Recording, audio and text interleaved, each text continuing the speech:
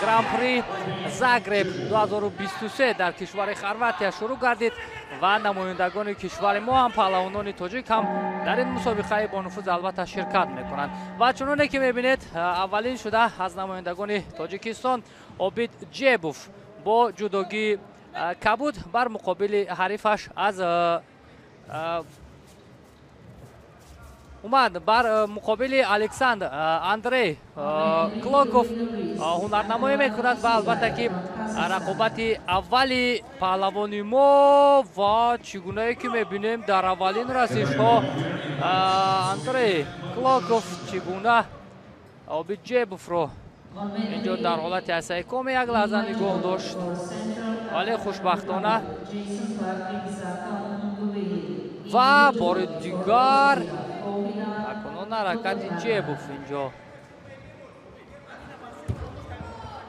یادآور میشیم دوستان عزیز که در این مسابقه با نفوذ از تاجیکستان تنها دو نفر شرکت میکند عابد جیبوف و جهانگیر مجیدوف. چنانه که میبینیم در رقابت اول بر مقابل نماینده لیتوا پهلوان ما هنرنمایی کرده ایستاده است با جداگی کبود و کلاکوف باشد با جداگی سفید است. حالا در آغاز رقابت با نماینده لیتوا داور بانو شیدای اول رو داد. خب یادآور باشیم دوستان عزیز که پهلوان لیتوا 31 ساله است نسبت به عابد جیبوف. البته از جهت سن سال خیلی تفاوتی بزرگ دارد اما از جهت نتایج باشد چندان موفق نیست. تنها دو نشانی برنجی مسابقه اروپایی را دارد در مسابقه کشاد اروپا سال 2014 و در جام اروپا سال 2016 دو مرتبه نشانی برنجی به دست آورده است. در مورد عابد جیبوف البته خوب میدونیم پهلوان 25 ساله تاجیکی طول 2 سال اخیر بسیار هم هنرش شایسته است. از گران پری دوشنبه نشانی طلا به دست آورد و بعدا از گرند اسلم اولانباتور خودی همین سال نشانی نقره را به دست آورد و چگونه پرتافت عالی داشت اینجا عابد جیبوف و این حالت را داور وزری بهاگذاری کرد. حالا که درون پای بسیار هم سر وقتی از جانب پهلوان ما استفاده شد و امتیاز وزری را اینجا کار میکند عابد جیبوف و این حالت را میخواهند تفتیش کنند. شاید ایپان بود، سرعت خیلی بلند بود، البته داور هم اینجا پیخست نکرد اما مطمئن میشود داور که پرتافت عابد جیبوف وزری است.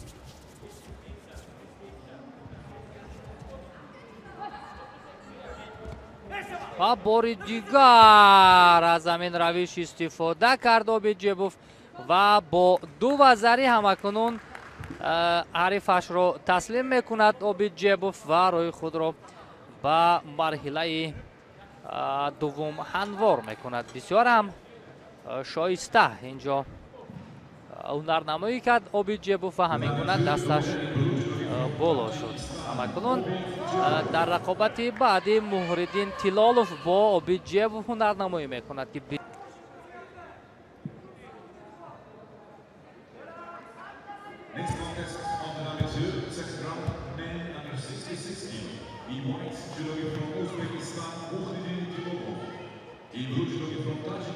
همینطور دوستان عزیز رقابت خیلی مهم و دیدنی برای هواداران گوشتنی جودوی میهن. مهرالدین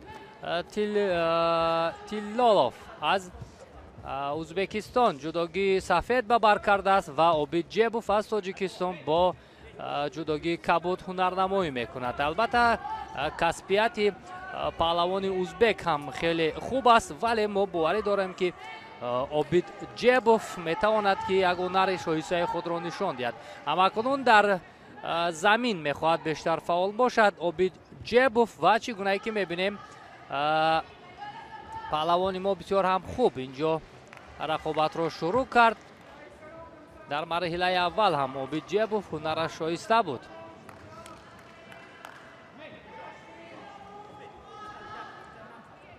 хуб, Муроддин Тилолов аз Узбекистон, паҳлавони 29 сола, албатта таҷрибаи хуби мусобиқаҳои бонуфузро ҳам дорад. аз мусобиқаи гран-при 2 маротиба нишони тиллоро ба гардан овехтааст. соли 2016 дар ватанаш Тошкент ва соли 2023 дар Португалия. ҳамакунун барои Обиҷебов ин рақобат бисёр ҳам хуб шурӯъ шуд. ҳаракатҳои Ҷебов ҳам то ҳамин дақиқаҳо албатта ки диданӣ аст, вале инро боз ҷараёни рақобат нишон хоҳад дод ки чӣ гуна паҳлавони мо ҳунарашро нишон медиҳад. қаблан ҳам гуфтем, Обиҷебов бо оҳистагӣ ба як паҳлавони бисёр ҳам дурахшон, ба як паҳлавони соҳибном табдил ёфта истодааст, чун ҳамон омодагиҳо ва ҳаракатҳои солҳои охираш бисёр ҳам диданӣ аст. вале инҷо камҳаракатӣ барои Обиҷебов. довар ишора кард ки шидои аввалро маҳз паҳлавони моро доданд. Обиҷебов, чун гуфтем, аз гран-при Душанбе нишони тиллоро гирифт ва баъдан аз гранд-слами Улан-Батор ба нишони нуқра расид. аммо дар мусобиқаи мастерс натавонист ки муваффақ шавад. вале инҷо бубинем ки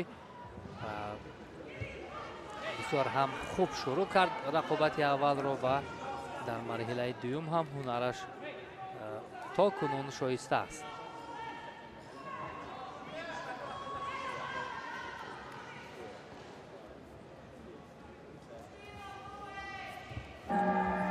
вай мавқеият хеле хуб буд барои Ҷебов.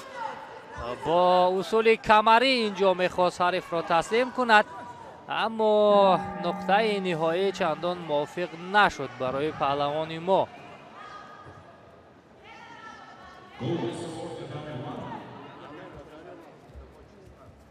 боке нест то кунун ҳунари Ҷебов хуб аст.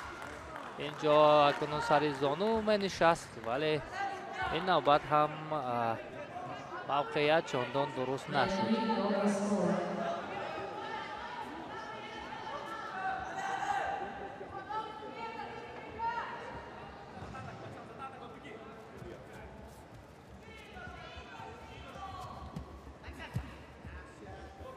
хеле хуб назорат кард ин ҳолатро паҳлавони мо, чун Тиловов сари зону нишаст, вале натавонист ки партов кунад.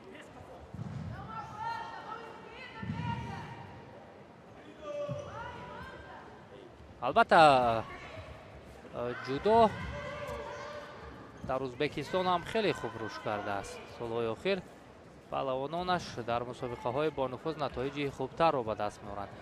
аммо чун мебинем дар кишвари мо ҳам имкониятҳои хеле хуб ба миён омадааст, то фурсати хубе бошад барои паҳлавонони тоҷик ва ин ҳаракате ки Ҷебов дошт, албатта Фотеҳ Маҳмадбеков ҳам каф мекӯбад ба ҳамин ҳаракати охире ки аз ҷониби Ҷебов буд.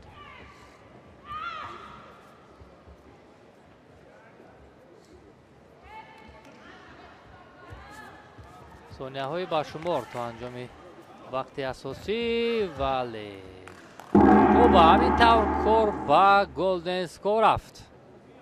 дар Голденско бештар паҳлавони ӯзбекистонӣ муваффақ шудааст. 72-50 аст фоизи муваффақиятҳо дар Голденско. акнун инҷо танҳо як имтиёз дар кор аст. як партофти хубу саривақтӣ, аммо ай ҳалуки даруни пойро бисёр ҳам хуб истифода кард Ҷебов, вале партофт. سریع نشد و کمفعالی خوشبختانه در حرکت‌های تیلاوف دیده می شود.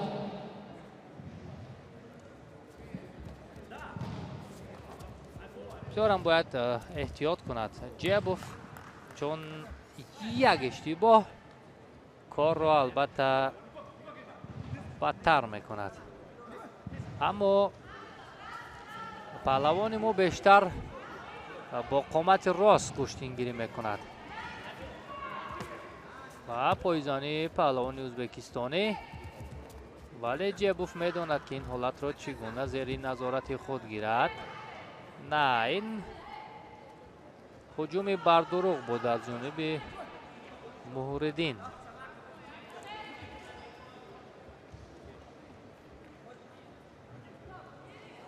جیبوف البته آمادگیاش خیلی در سطح درکاری بود و یا نوبت به نوبت مهردین تیلاوف با همون سری زانو نشستن توجه میکند، ولی جیبوف هم این حالت رو به خوبی پای میبرد.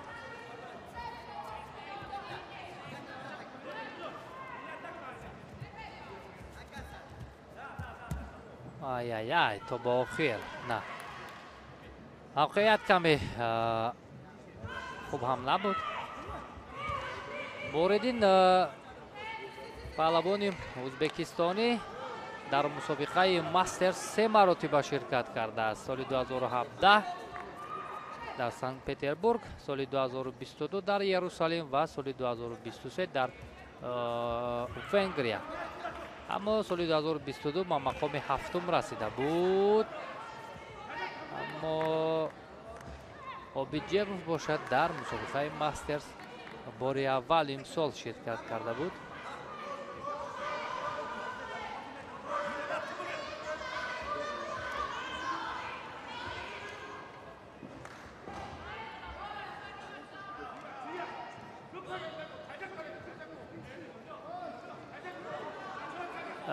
مرحله گلدن اسکور البته بسیار هم حساس است، ولی اینجا کمفعالی را در حرکت‌های پهلوان ما می‌بیند داور و شیدای دویم رو با اوبید جیبوف می‌دهد.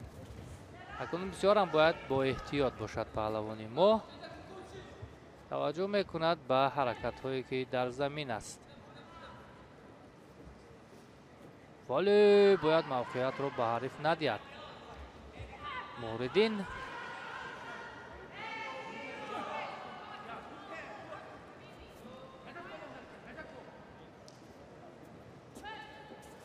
چون ما بارها رقابت‌های اوبیجیوف رو مشاهده کردیم، یک خصوصیت خیلی خوب هم دارد که همون خسته شوی رو در حرکت‌های یا قیافه اوبیجیوف مشاهده نمی‌کنیم. ببینید حریف چگونه خسته شده است، اما با دلپوری با قامت راست اوبیجیوف اینجا حرکت میکند، ولی فعالتر باید باشد، وگرنه شیدای سوم هم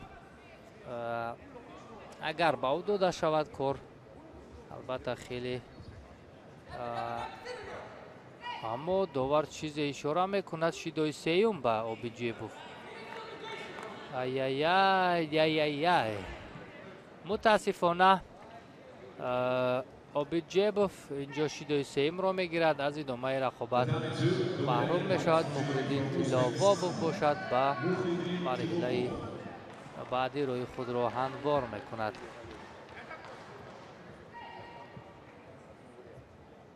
و این همان حالت هایی که هر دو داشتند.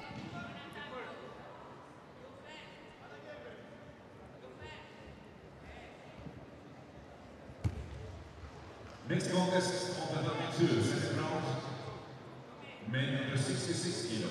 In 1 kilo, خب همین طور توجه میکنیم به رقابت لوکاس از فنلاندیا با جداگی کبود و